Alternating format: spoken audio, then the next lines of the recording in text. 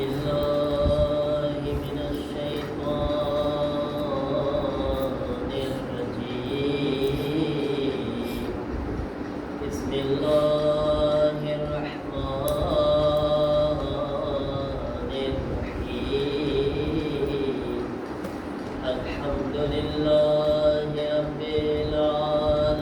العالمين الحمد لله كما هو أهله الصلاة والسلام على سيد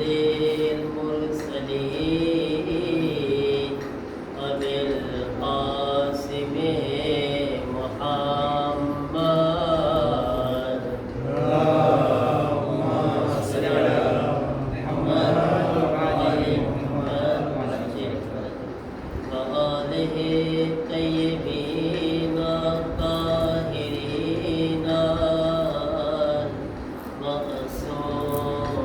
المعصومين إنما يريد الله ليذهب عنكم الرجس أهل البيت ويطهركم تطهيرا اللهم صل على محمد وعلى محمد ولعنة الله على أعدائهم أجمعين من الآن إلى يوم الدين رب اشرح لي صدري ويسر لي أمري واحلل عقدة من لساني يفقهوا قولي أما بعد فقد قال الله سبحانه تبارك وتعالى بسم الله الرحمن الرحيم الذين آمنوا وتطمئن قلوبهم بذكر الله ألا بذكر الله تطمئن القلوب صلوات محمد وعلى محمد اللهم صل على محمد وعلى محمد અઝીઝાન મોહતરમ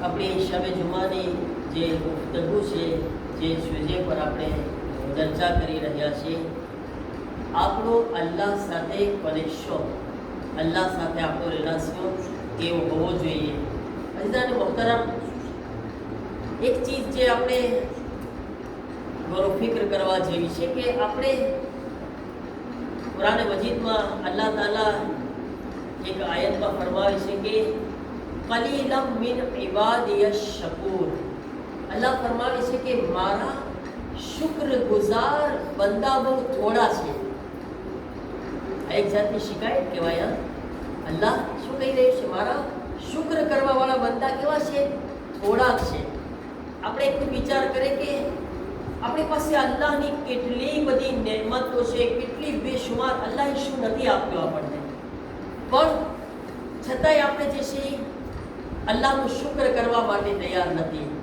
એને આપણી પાસે ટાઈમ નથી આપણી પાસે કંઈ ફુરસત નથી આપણે ખુદાને યાદ કરવા માટે યા ખુદાનું શુક્ર કરવા માટે હાલાકે નેમતોથી ભરેલા છીએ આપણે આપણી આજુબાજુમાં કંઈ નજર કરે છે શું શું અલ્લાહે આપણને આપ્યું છે કારણ શું છે બધું મફતમાં મળી ગયું છે આસાનીથી મળી ગયું છે સહેલાઈથી મળી ગયું છે આપણને એટલા માટે એ લોકોને પૂછો કે જેની પાસે એક ટાઈમના ખાવાના વાંધા છે એક ટાઈમના ખાવાના માટે આપણે બીજે તો ના જઈએ આપણી વસ્તીમાં જ જોઈ લઈએ આપણે અહીંયા મસ્જિદની બહાર આપણે જોઈએ ખરી નજર કરે આપણે એક ટાઈમના ખાવાનું માણસો પાસે નથી અને આપણી પાસે શું નથી તમે વિચાર કરો છતાંય આપણે નાશુકરીમાંથી બહાર નથી આવતા ખુદાનું શુક્ર કરવા તૈયાર નથી જો ઇન્સાન કેવા હોય છે તમને એવું એક્ઝામ્પલ આપું છું તમે મુલ્લા નસીરુદ્દીનનું નામ સાંભળ્યું મને લાગે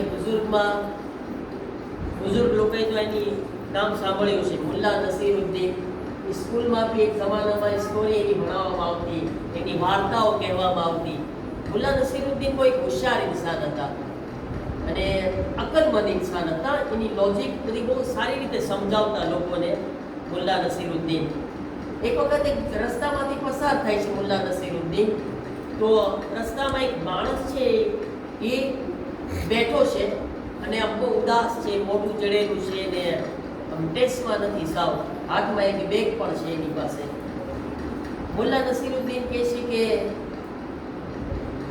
તું કોણ છે અને કેમ ઉદાસ છે તું મૂડમાં નથી ટેસ્ટમાં નથી એ છે ખબર નહીં કે મારી પાસે પૈસા બહુ છે, કે પીઠે પૈસા છે મારી પાસે, અને મારી પાસે આબાદ ઘર છે, ફેમિલી છે, બધું છે મારી પાસે, પણ મને આમ મજા નથી, કે મને આમ ખબર નથી, એમ થાય કે સાવ મજા જ નથી આવતી જિંદગીમાં, ને કંઈ ખુશી નથી દેખાતી, ને કાંઈ આમ મારી પાસે જો આખું બેગ ભરીને પૈસા છે, પૈસા દેખાડે છે એટલી બધી બેગ ભરીને, પણ નથી મજા આવતી. કે મુલ્લા નસીરુદ્દીન હોશિયાર, ખબર છે ને કે દરેક ઇન્સાનને એની રીતના સબક શીખવાડવાનો હોય, માસ્ટરને ખબર હોય કોને કેમ સબક શીખવાડવા. મુલ્લા નસીરુદ્દીન હોશિયાર હતા, એણે પરબારી એના હાથમાંથી પૈસાની બેગ છીનવી લીધી, અને હાથમાંથી બેગ લૂંટીને ભાગ્યો મુલ્લા નસીરુદ્દીન, અને ઓલો પાછળ દોડે ને મુલ્લા નસીરુદ્દીન આગળ દોડે, આ પાછળ, ઓલો 2 કિલોમીટર સુધી ભગાય હોય ને, 2 કિલોમીટર. અને પછી મુલ્લા નસીરુદ્દીન જઈને એક બાકડે બેઠી ગયા રીતના, અને ઓલો આવે ભાઈ ભાગતા ભાગતા, અને શ્વાસ ફૂલી ગયો ને ભાગતા ભાગતા આવીને પછી મુલ્લા નસીરુદ્દીન છે એને પાસે આવે છે. મુલ્લા નસીરુદ્દીન એને હાથમાં બેગ આપે છે. જેવી હાથમાં બેગ આપી તો જાણે દુનિયા પાછી મળી ગઈ, બધું ટેસ્ટમાં આવી ગયું, આમ ચહેરા ઉપર ખુશી આવી ગઈ ને આનંદ આવી ગયો, ને આમ જાણે બસ બધું એને ખુશી પાછી લોટી ગઈ. તો ઓલો કહે છે કે ભાઈ આપણે શું કર્યું એ, કે મુલ્લા નસીરુદ્દીન ને ઓલો પૂછે છે, તો કહે છે કે તું કે થોડીક વાર પહેલા તારી હાલત શું હતી, કે ના બસ કાંઈ ખુશી નહોતી, કાંઈ મજા નહોતી, કે તો હમણાં કે ફરક શું પડ્યો કે તારામાં કાંઈ, મેં કંઈ તને કંઈ તારામાં કંઈ એ જ હાલતમાં કે થોડીક વાર પહેલા કે આ જ બેગ તારી પાસે હતી, કે પણ તું કહેતો કે મારા પાસે કંઈ ખુશી નથી, મારા પાસે કાંઈ નથી, જરાક વાર મેં આ ખુશી તારી છીનવી લીધી, અને હવે 2 કિલોમીટર દોડાવીને જ્યારે પાછી હાથમાં આવે છે તું કહેશ કે મારી બધી ખુશી પાછી આવી ગઈ. તો જરાક વાર પહેલા તારા હાથમાં તો હતી, કે પણ ઇન્સાન શું કે તારી પાસે અલ્લાહની નેમત હતી ને એટલે કદર નહોતી તારા પાસે. અલ્લાહે જ્યારે આપી દીધું હતું ને તારા પાસે, તો તું તારી પાસે શુક્ર નહોતો, તારી પાસે કઈ કદર નહોતી, અને તને એની વેલ્યુ, એની કિંમત નહોતી સમજમાં આવતી. 2 કિલોમીટર કે દોડાવ્યો અને હાથમાંથી લૂંટી લીધું, આટલી વારમાં કદર સમજાઈ ગઈ ને કે નેમત હાથમાંથી ચાલી જાય તો શું થાય છે. એવા આપણે બધા તંદુરસ્ત બેઠા છીએ અહીંયા માશાઅલ્લાહ, અબ્બાસ બેઠા છીએ ને, અલ્લાહનો શુકર કે આપણી તંદુરસ્તી છીએ, અને આપણે નમાઝમાં બેઠા છીએ મુસલ્લા ઉપર, બરાબર ને, અલ્લાહના ઘરમાં બેઠા છીએ. મારાથી તો કેટલી મોટી નેમત છે આ, આની કદર કરે. કેટલાય લોકો એવા છે જેને નમાઝ માટે આવવું છે ને મસ્જિદમાં, તો કે મારી તબિયત બરાબર નથી, ને કોઈ હોસ્પિટલમાં, કોઈ આઈસીયુમાં એડમિટ થયેલો છે, ને કોઈ ઇન્સાન છે ખબરદાર એવો પરેશાન છે કે હું નથી આવી શકતો, મારી આ મુશ્કેલી. તમે ને હું કેટલા શુક્રગુજાર, કેટલા અલ્લાહનો શુક્ર અદા કરવા જોઈએ, કેટલી અલ્લાહની નેમતો ઉપર એનો કદ્ર અને શુક્ર અદા કરવો જોઈએ. પરવરદિગાર કે અમે આજ તારી બારગાહમાં આવીને બેઠા છીએ, જો અમે તારા શુક્રગુજાર બંદા છીએ. એવા લોકો ઉપર અફસોસ છે જે ખુદાનો શુક્ર કરવા માટે તૈયાર નથી, જેની પાસે અલ્લાહની નેમત છે અને પછી રોશે ક્યારે, જ્યારે હાથમાંથી નેમત જશે એટલે પછી રોશે કે મારી પાસે હતી તો મેં કદર ન કરી. મારા હજી તો વિચાર કરે, એક માણસ છે, આપણા બધાને કોવિડમાં ખબર પડી ગઈ કે ઓક્સિજન કેટલું ઇમ્પોર્ટન્ટ છે ને, ઓક્સિજન જરાક શ્વાસ અટકાઈ જતો હતો ને હોસ્પિટલમાં જઈને કેટલા પૈસા આપતા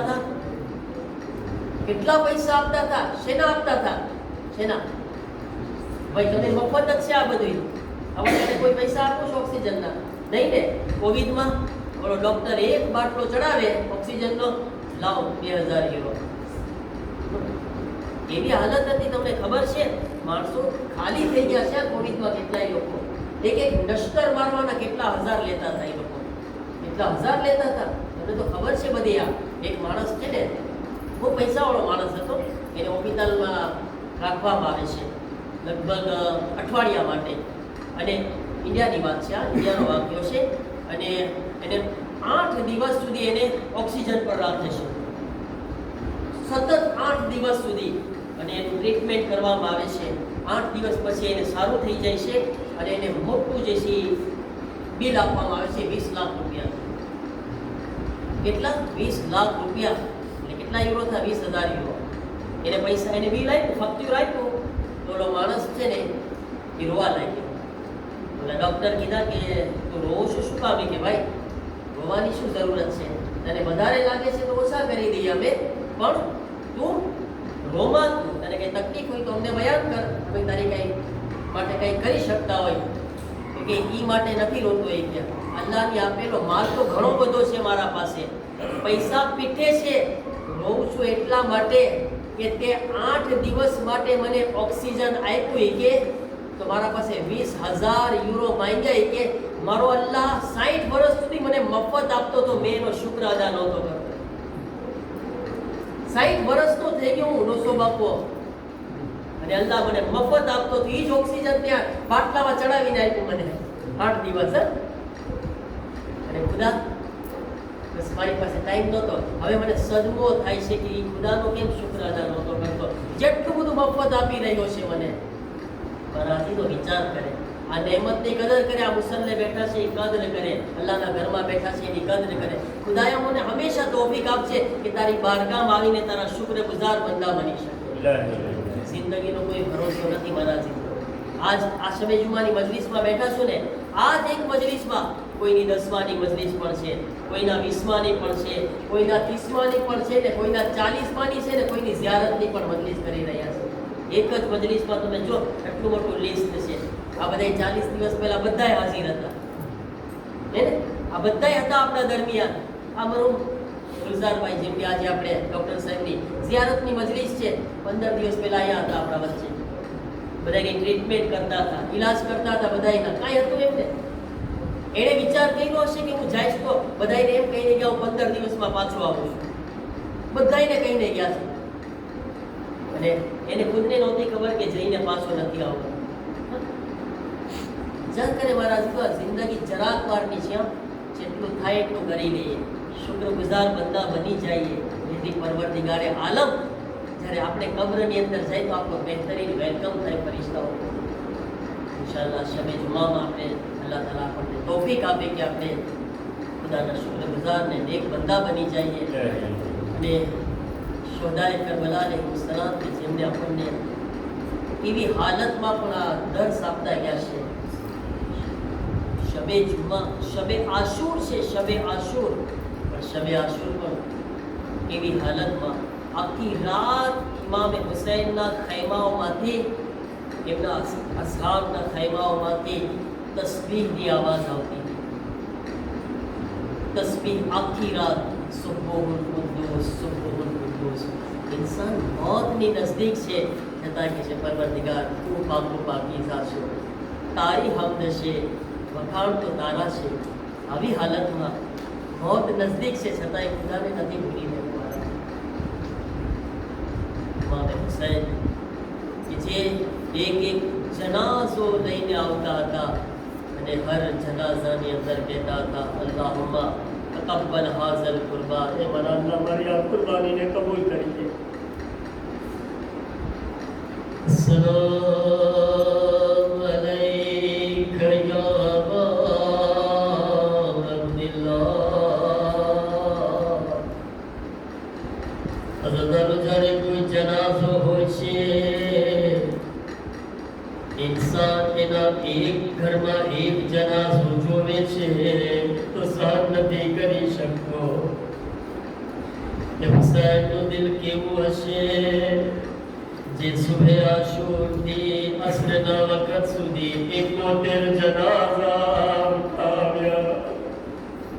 અલ્લાહ જાણે હુસૈન ક્યાં દિલથી બર્દાશ્ત કર્યા છે.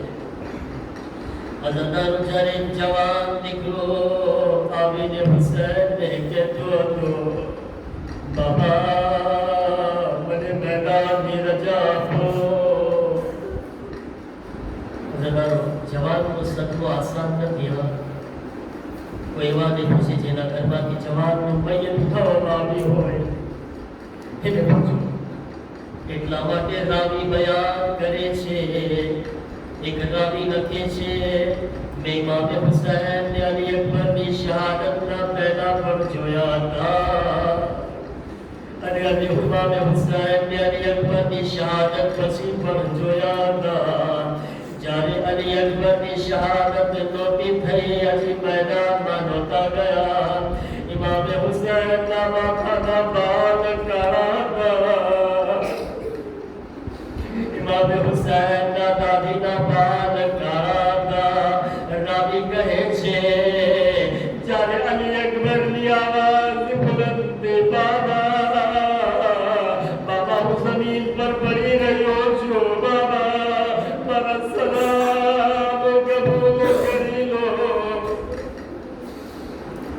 રાવી કહે છે હુસૈન એટલો વખત જ્યારે જમીન પર પડતા પડતા અલી અકબરની નજદીક પહોંચે છે અલી અકબરની લાશને ઉઠાવે છે રાવી કહે છે અકબરના જનાઝાને ઉઠાવ્યા પછી જ્યારે મારી નજર હુસૈન પર પડે છે માથાના બાલ સફેદ થઈ ગયા દાઢીના બાલ સફેદ થઈ ગયા અકબરના સદમા એક થોડીક મિનિટોમાં હુસૈન ઝઈફ થઈ ગયા અને બુઢો બાપ લાશને કેમ ઉઠાવે આવાજ આપી એ બની હાશિમના નાના નાના બચ્ચાઓ આવો મારી મદદ કરો આપણા બાપની જવાનની મૈયત નથી ઉપડતી سيعلم الذين ظلموا يوم के सब्र गमी का बहाने का बहाने से दिल मुस्ताफी परवरदिगारा हमारी आज़ादारी का जिक्र ने तारी बारगाह में कबूल फरमा पर अल्लाह मजलिस નો સવાબ આઝાદારી નો સવાબ જે મરહુમના માટે આજ મજલિસ કરવામાં આવી છે તે તથા અમારા બધાય મરહુમ અમારા બધાયના જે રિશ્તેદારો મરહુમ થઈ ગયા છે તેઓને ઈસાલે સવાબ ફરમાઓ તમામ મરહુમીનના દરજાતને બુલંદ ફરમાઓ તમામ મુમિનની પરેશાનીઓ દૂર ફરમાઓ તમામ મરીઝોને ખાસ કરીને જેમના માટે નમાઝ કરવામાં આવી છે સર્વેની શિફાએ કામિલા વાજિલા અતા ફરમાઓ જન્નતુલ બકીના રોઝાઓની તામીરના અસ્બાબ ફરાહમ ફરમાઓ ઇમામ ઝમાનાના ઝુહૂરમાં જલ્દી ફરમાઓ અમને ઝુહૂરે ઇમામ સુધી જિંદગી નસીબ ફરમાઓ ઝુહૂર પછી મૌલાની ખિદમત કો શરફ નસીબ ફરમાઓ રબ્બના તक़બ્બલ મિન્ના ઇન્નકા અંતસ સમીઉલ અલીમ